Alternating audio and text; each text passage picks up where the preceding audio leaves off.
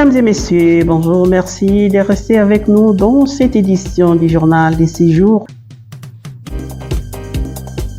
Moïse Katumbi empêché de retourner en République démocratique du Congo après la CAN 2024 à Abidjan.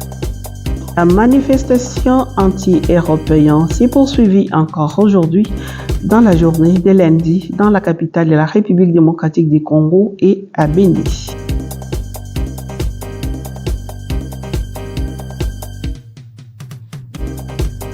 Plusieurs Kinois sont descendus une fois de plus dans la rue de la capitale aujourd'hui 12 février 2023 pour condamner l'agression rwandaise. Scandant les chants anti-Occident, ces manifestants dénoncent les silences qu'ils qualifient de complices de la communauté internationale, les États-Unis et l'Union européenne face aux tueries et aux massacres que connaît le pays dans les provinces du Nord Kivu et du Sud Kivu par les terroristes du mouvement dit M23. Indignés, ces Kinois et Kinoises réclament ainsi les départs des représentants diplomatiques des États-Unis, de la France et autres pays du sol congolais.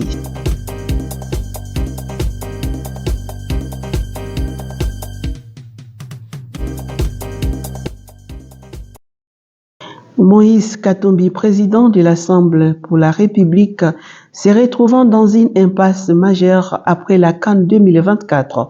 Malgré l'approbation des droits de survol par tous les pays africains, les services congolais refusent catégoriquement l'autorisation d'atterrissage à Lubumbashi pour son avion actuellement stationné à l'aéroport d'Abidjan en Côte d'Ivoire. L'énigme entourant les refus d'autorisation d'atterrissage par l'ANER soulève des questions cruciales sur la libération du mouvement des personnalités politiques en République démocratique du Congo. Alors que d'autres nations africaines ont facilité les déplacements de Moïse Katumbi, cet obstacle jeté par les autorités congolaises suscite des préoccupations quant à la démocratie et à la stabilité politique du pays. Cet incident met en lumière les tensions politiques et les défis auxquels sont confrontés les acteurs politiques dans la région. L'attente de voir comment cette situation évoluera devient une question clé pour ceux qui observent de près la politique congolaise.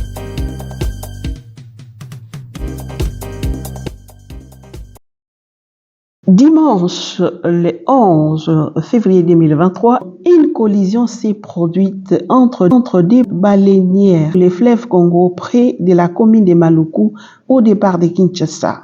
Ces embarcations chargées de passagers et de marchandises avaient quitté les ports de Kinkole en direction de la province de Mai-Ndombe. L'accident est survenu aux abords du port Sapou. Pour l'heure, aucun bilan n'est disponible, mais le nombre de passagers ont pu être secourus par les pirogues, les chocs ayant eu lieu près des rivages. Néanmoins, les dommages matériels sont considérables. L'Assemblée nationale a procédé ce lundi 12 février 2024 à la validation des pouvoirs des élus. Christophe Mbosso, président du bureau d'âge, demande à ceux des élus devenus députés après la validation de leur mandat par la plénière qui se retrouvent dans les cas d'incompatibilité avec les mandats des députés d'opérer les choix dans les 8 jours.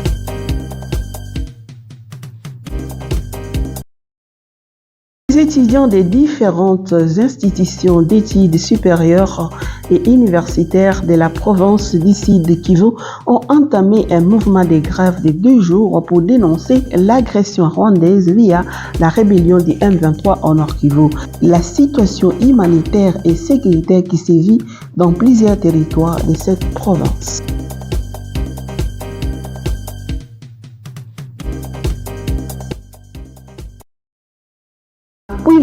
Les déplacés de Kwamont vivent dans des situations précaires. Dernière semaine du mois de janvier, en séjour, les déplacés sont passés de 5 120 à 10 688. Dans ces nombres, on compte 4 898 enfants, 3 346 femmes, dont 36 enceintes, 2 464 hommes et 6 enfants non accompagnés. Les ministres provinciaux des Affaires humanitaires qui livrent ces informations continuent à appeler à l'aide en faveur de ces personnes déplacées reçues dans le secteur Wamba, précisément au village Missaï, Fasila, Fambombo, Kibaï, Fatutu, Kikala, Kiana et Fayala. C'est par ici que s'achève les journaux de ce soir. Merci de nous avoir suivis. Prenez rendez-vous avec nous demain pour les actualités de la République démocratique du Congo.